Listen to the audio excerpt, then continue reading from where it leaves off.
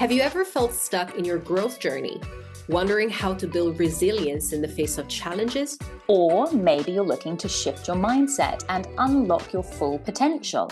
Well, if you said yes, then you are in the right place. Welcome to the Stretch Zone.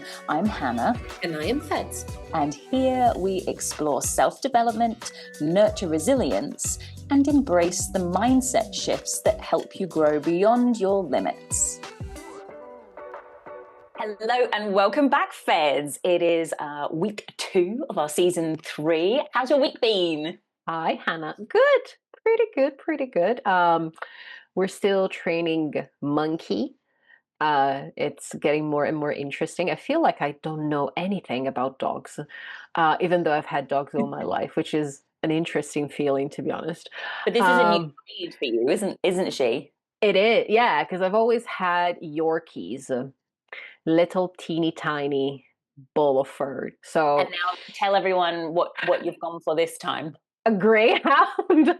Yeah, quite different. Which is like the opposite. So yeah, I feel like I've had dogs all my life, but now, and she's a rescue dog, so she was a racer. So there's a lot to learn. Like I feel like I am in known territory, but it's an unknown territory at the same time. It's a bit weird. Oh, that's quite a good link to what we're discussing today, Feds.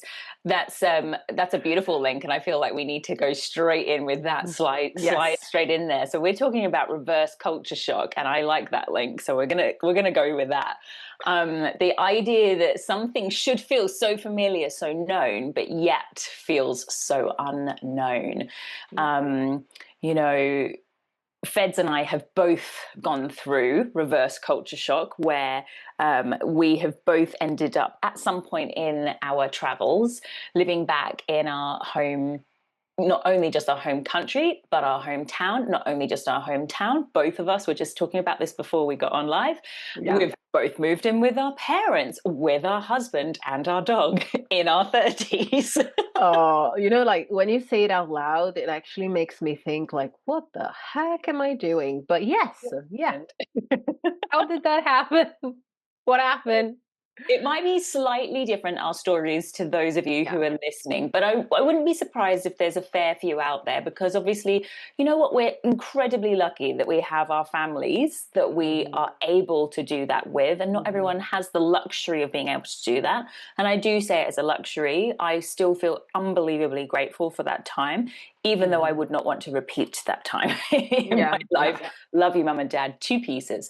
But yes, that cultural shock of the place in terms of the town and the country was big, but also moving in with my family, we'll talk a bit more about that. That was a cultural shock in itself in some ways, everything feels different. So you're thinking about the external stuff that's different, your town that you grew up in or the country you grew up in, suddenly things feel different. It could be even if you've been away for a year, you still feel like this. I know just visiting home, things felt different. It could be that your friends feel different in some way, the way that they think might be different. I'm about to link this back all to one thing though.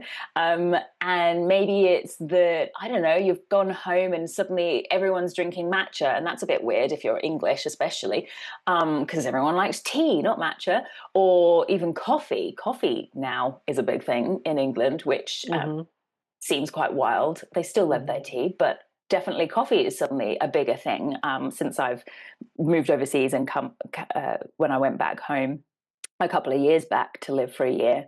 The coffee game was actually pretty impressive. Yeah. I was shocked at how impressive it was. Not as good as Australia, but it wasn't bad. And this reverse culture shock, let's be honest, as I'm listing all of those things, actually some of it is to do with the fact that we've changed. So we've been abroad and we've broadened our views, our experiences have broadened our thoughts on things. And now home may have changed, especially if you've been away for a long time. But some of it could be really just an internal change within yourself that's also happened. So all of a sudden you feel like the foreigner in Yeah. your own country. And people are saying things that you've never heard of before. Slang words have changed. Um, Yeah. I actually really miss the English slang or English nuances and sayings.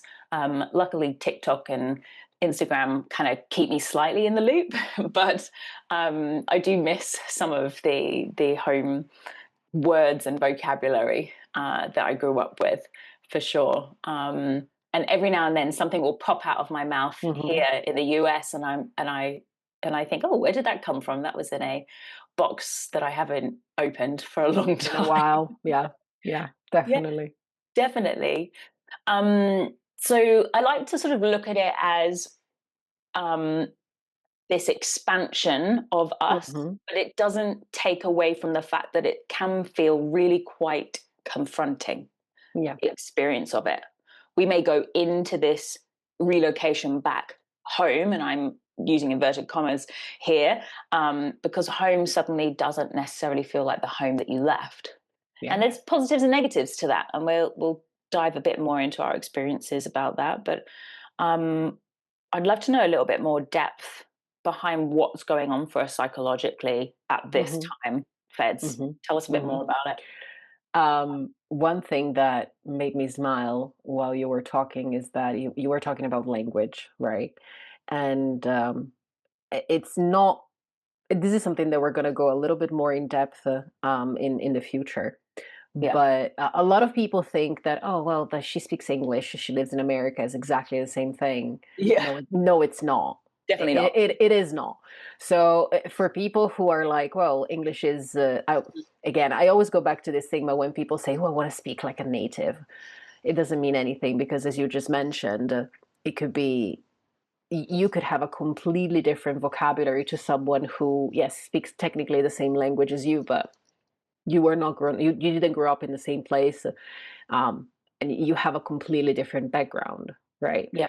So there is part of language is also part of our identity, right? Mm, And so that's like what psychologists, apart from language, like psychologists describe reverse culture shock exactly as a type of identity dissonance. So the idea is that when you live abroad, of course, we have to adapt, we have to change, we have to learn new rules. The probably also the pace of our life changes. When I was living in London, the pace was definitely different.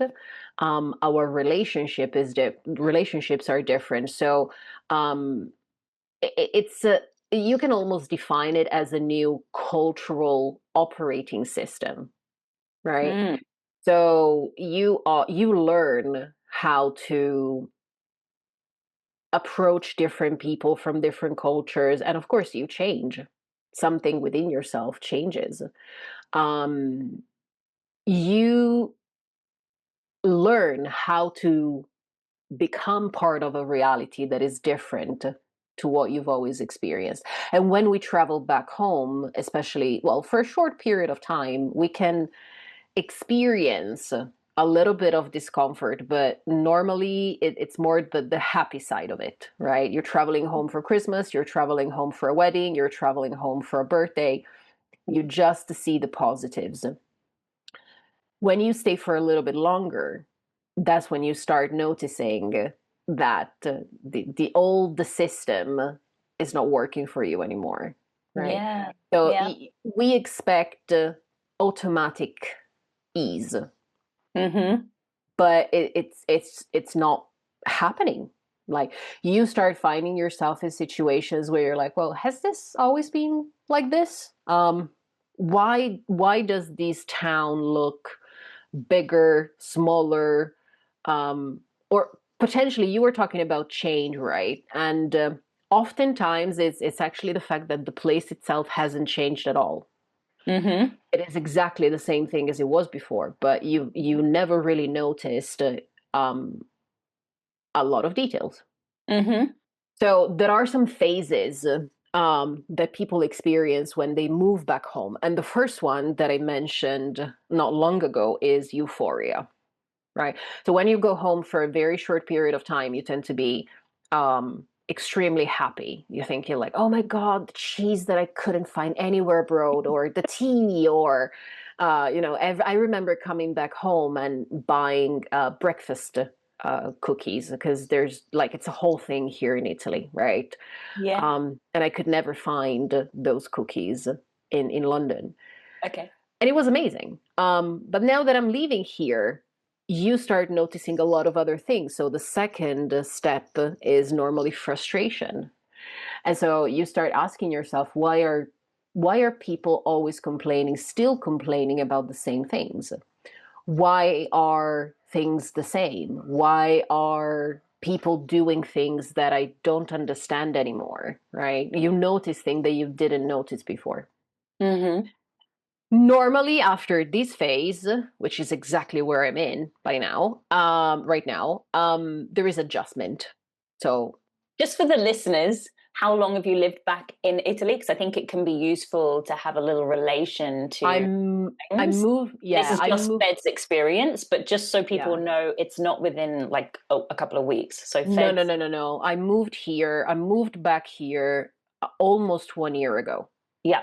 And so So she's in phase yeah, two, which is frustration phase, yeah, yeah. which could Um, continue for a lot longer, I think. I get, I'm starting to think that it might never end. And this is why I'm like, oh, well, if this phase ends, then Yep. we're gonna have adjustment, which is when you start realizing that, well, maybe I have changed and I need to be a little bit more open-minded to what is around me. There is a way to balance things out, the way I am and the way everything is around me. Mm. And finally, hopefully, there should be integration. So when you start noticing it, that you can blend your old self and the new self into something. So it is important to say that like reverse culture shock is not like regression. You are not going back to anywhere. It's just you are recalibrating how your internal system works, right? Yeah. Um, and I think it's just normal. I think like now I am in that phase, as you mentioned, where I don't really see the adjustment and the integration coming. But we'll see. How did you feel when you moved back? What was your experience? So my experience might have been, well, I was going to say it might have been sort of an unusual one, but actually maybe not. Um, there'll definitely be people that will relate to some of it. So yes, of course, it was a choice to move back to the UK when we did, but it was a forced choice at the time out of circumstances. And I'm sure there's plenty of expats and people that have migrated somewhere and then had to go home for a reason that may not have been part of the long term plan, for example. Yeah. So, just to recap, my husband and I were living in Australia. The pandemic happened. He lost his job. He's the breadwinner. He has a very specific job working in the airlines. So, quite tricky to just jump straight back into a job. And we've moved lots of places around the world because of his job. So, uh, when everything froze in the pandemic, we kind of had no choice but to move back in with my parents in the UK. I had not lived in the UK for I think it was 12 years at that time. Probably around 12 or 13 years. I am losing Hmm. count now. 12 or 13 years I hadn't lived in the UK for. So we used my parents, bless them, as a landing base whilst he tried to find work somewhere. There Yeah. was a couple of options. The Middle East, Kazakhstan, or the US were the three top runners um, in the middle of the pandemic. And because of the job that he's in. So he managed to get work in the US, but it took quite a while. So all in all, I was back home roughly a year, I think, and he was sort of back and forth to wherever he was trying to work. So wasn't full time with us at that time. So It was a very, very challenging time um, in terms of stress. So you got the pandemic. Um, we were losing an awful lot of money, the two of us. So we had a lot of money issues. Um, I living with my parents, bless Hmm. their hearts, the most beautiful people. I love them to pieces, and sometimes I wish I lived down the road from them. So I love them a Yeah. lot. But living in their home, an English house, was very, very challenging. So that Yeah. was a culture shock.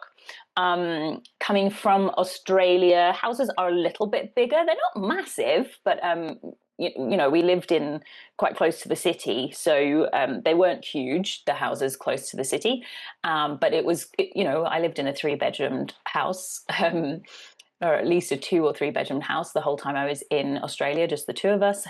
So I had my room, I had my routine, and then moving into a very small English Yeah. 1 bathroom, 3 bedroomed house, where the third bedroom, my old room, is the size of a single bed, and well, it's basically the size of a double bed. So that's the 3 bedroom situation we're looking at. That was a shock in itself. Just the physical space of houses in the UK always take my breath away. Even Hmm. walking into friends and family's homes, I always used to think, "Wow, okay, yeah, things are so much smaller." Um, Yeah. I now live in the US, so it's going to be even worse for me Good luck now. when you go back. If and when I ever move back to the UK, that is going to be a challenge, Yeah. because I like the space, I have to Yeah. say. Um, and what else was a culture shock? I remember thinking that, well, the weather, obviously. We have a dog, Hmm. and I loved walking her in England, and I still fantasize about it. But you have to really, it means that you bring the outside into the house a lot, Yeah. and that's really difficult to sort of navigate. It is what it is. Yeah. The weather, and then just bringing the muck in. And I remember thinking, coming from Australia's, in my opinion, really neat and tidy. So some Australians would be like, nah, nah, it's not. Got potholes everywhere. That's my Aussie accent. That was terrible, Hannah. I can do a lot better. Sorry for any Australians listening at that moment. I apologise that I have an Australian passport, and you can take it back. I mean, um, yeah, it but really sounds it was there were many things that were challenging. yeah, England just looked really sort of really old, which I loved, but shabby as well. I Yeah. remember thinking, oh, it looks really shabby, unkept Yeah. compared to Australia. I do Yeah. remember thinking that a lot.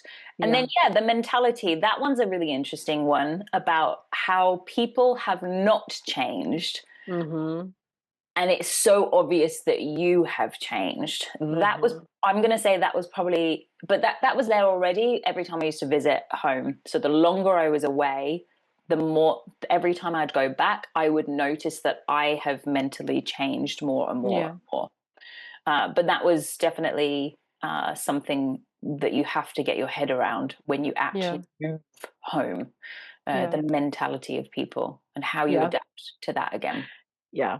I feel like that's my main problem right now Mm-hmm. because I lived abroad for 15 years. And I lived for a long time in the UK. Then I moved to the US. Then I moved back to the UK. I lived in Portugal for a teeny tiny bit.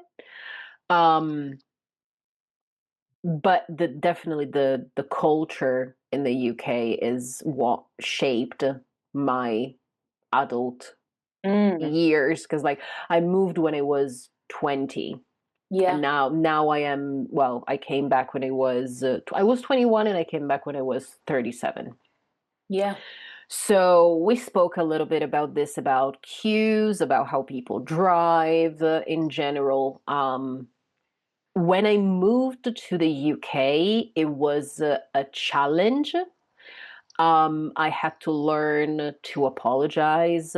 I had to learn a lot of cultural, you know, cultural aspects that I really had no idea existed.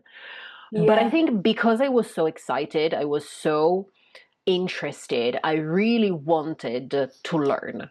Yeah. Not necessarily to fit in and forget where I was from, because it's always been quite challenging for, I thought it was challenging for me to repress my Italianness. You know, we tend to be very passionate, very loud. We ask questions that the average British person don't ask. So I had to learn how to be a bit more subtle, a bit more discreet, right? Mhm. So Mhm.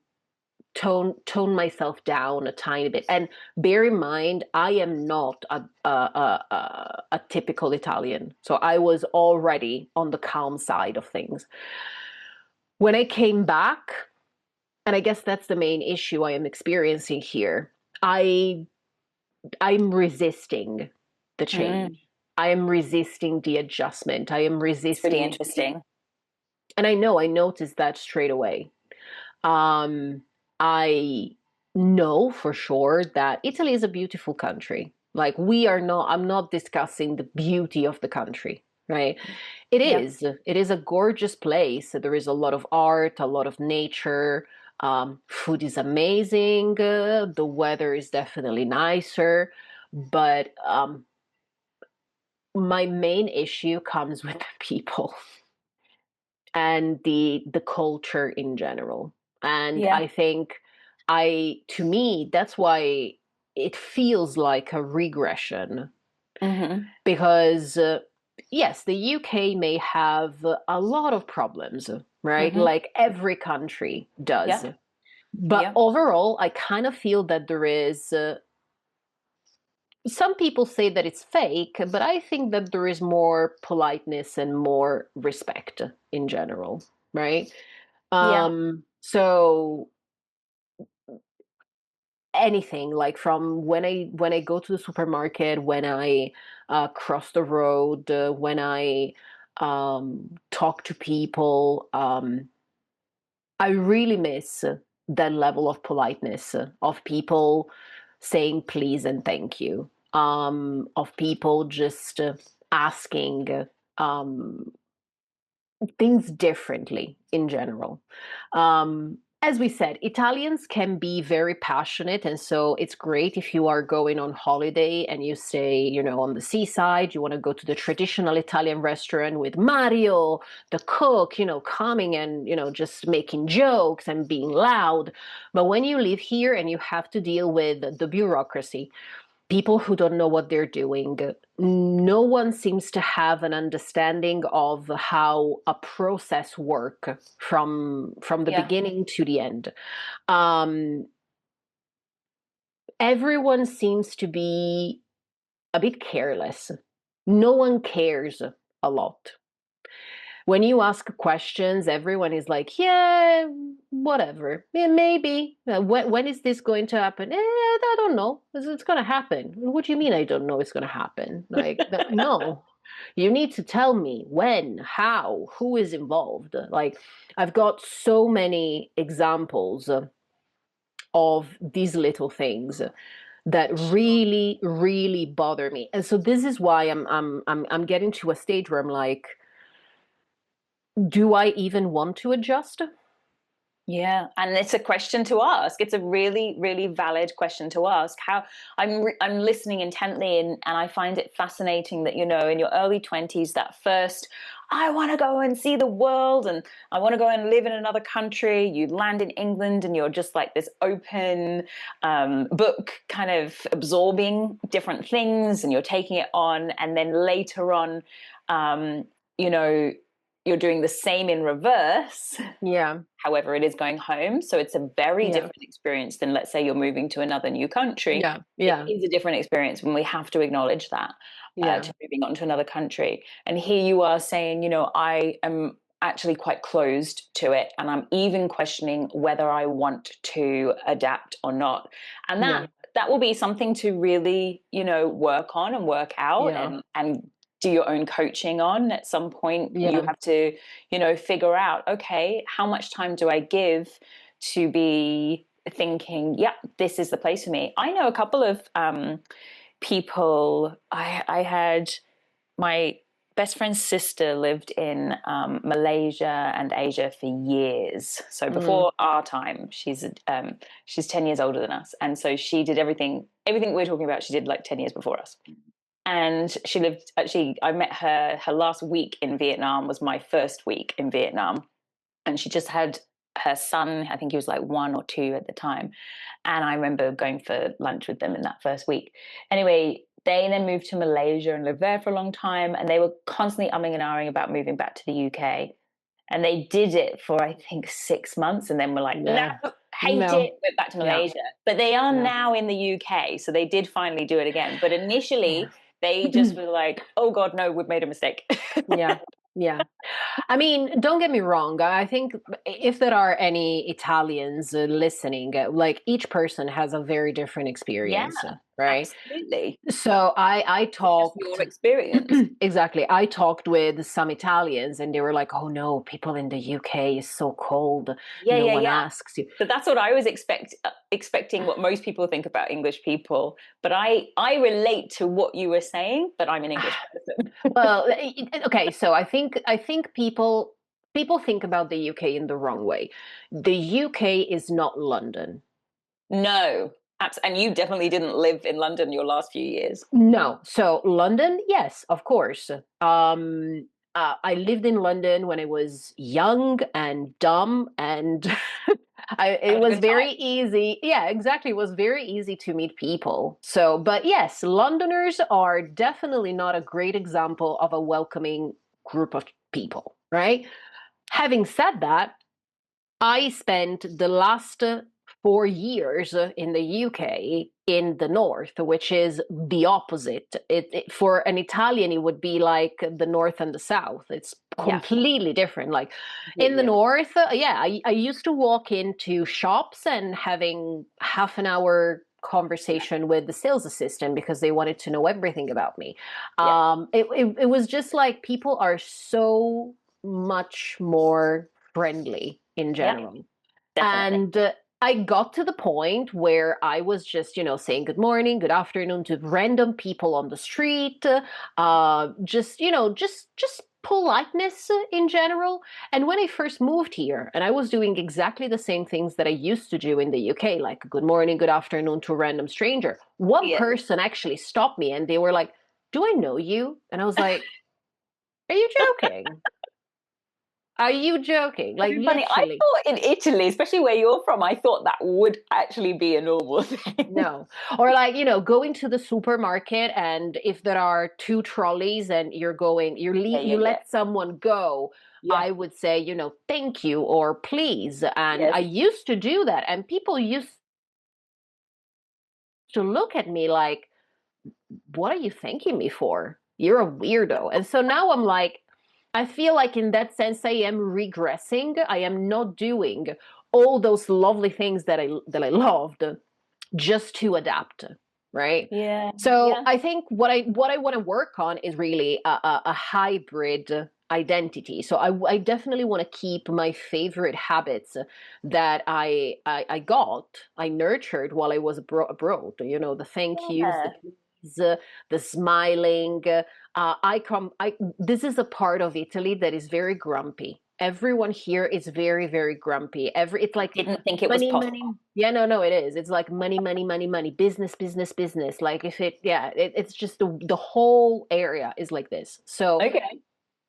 another thing that I'm trying to do is stay in contact with people who bring in that kind of attitude that I want, right? So I'm trying to hang out with people who are very friendly, very positive, very open, very polite, and it's my way of dealing with it. But it could be a suggestion to anyone who is going through the same thing. Um, What are other things that we can think of in terms of suggesting? So it's keep hold of the things that you mhm. actually love from what you've learned from wherever you've lived, and just keep going with it. It's now part of your identity if you Yeah, want it to be. Why yeah, not? Why not yeah. say please and thank you when someone offers you something or holds the door open for you? And Hmm. then I think that's a great idea. try to connect with people that have been through similar things to you. So obviously there's a million Facebook groups, local communities that usually you can find. I Yeah. think that's another really awesome Yeah. idea.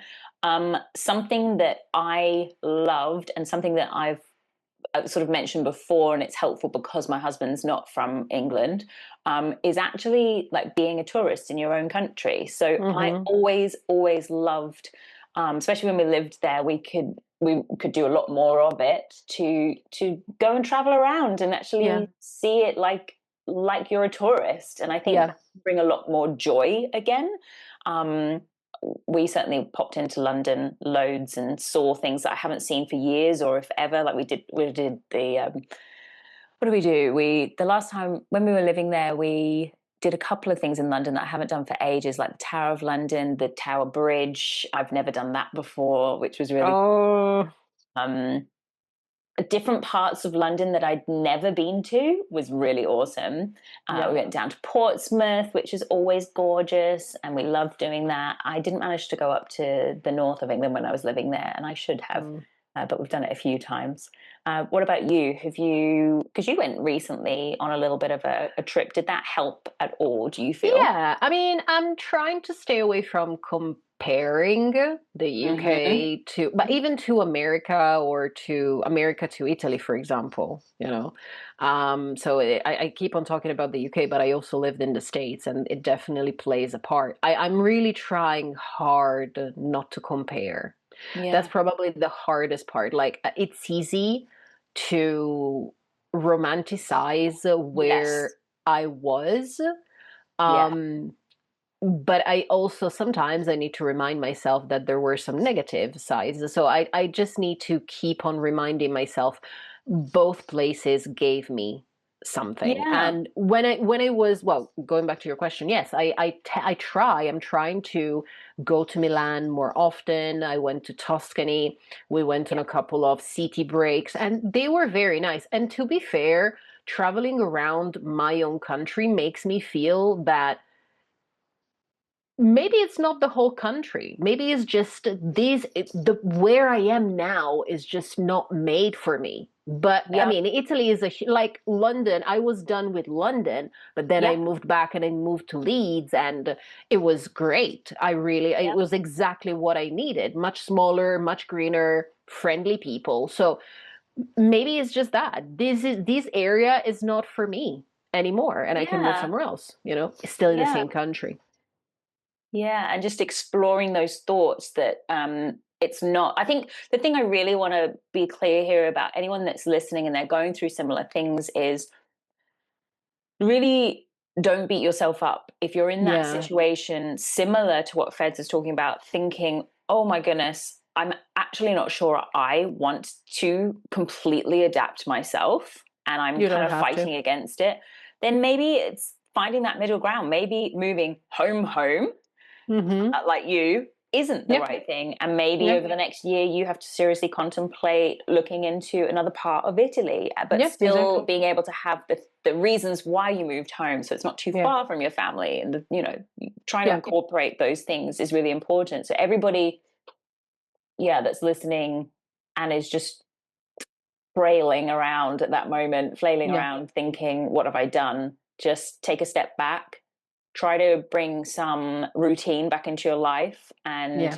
and see if you can speak to somebody or figure out, okay, what's my priority now that I'm home? Because it could be Yeah. different to when you were Yeah. overseas and thinking about moving home.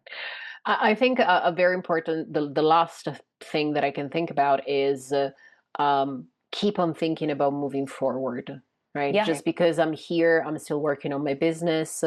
I'm having conversations with people, about other business ideas that I would like to slowly develop. Mm-hmm. I'm rebuilding my routines. Yeah. I got a dog. So, Yeah. I'm really trying to find a sense of belonging here. Yeah. And it And it takes takes time. time. Oh, there you go. It takes time. We often We're forget just it does. normalizing it, guys. We're normalizing it. Exactly. It takes time. Yeah, but I'm curious. I want to know if, like, you guys listening to us, have you ever felt like a stranger in your own country? Like, how does it feel to you? Let us know. That would be very interesting to read or to listen to. I'd also like to Uh, know what surprised the mhm, most about mhm, moving home. That mhm. none of the things that we've discussed, or some of the things we have discussed, what surprised you most? Absolutely. Um, as always, you can find us on Instagram or YouTube at the Stretch Zone _ podcast. We will see you there. And I'll see you next week, Feds. As You always, a will. You pleasure. will. Loved it. Bye. Bye. Wrapping up today's episode, remember, you don't have to face change alone. If you'd like to connect or learn more about working with us individually, reach out to us through our Instagram account at @thestretchzone_podcast, or find our emails in the footnotes to this episode. We're here to support you on your journey, each in your own way. Thanks for tuning in to today's episode of The Stretch Zone. If today's discussion resonated with you, remember to subscribe, leave a review, and share the episode with anyone who might benefit. Until next time, keep stretching beyond your comfort zone.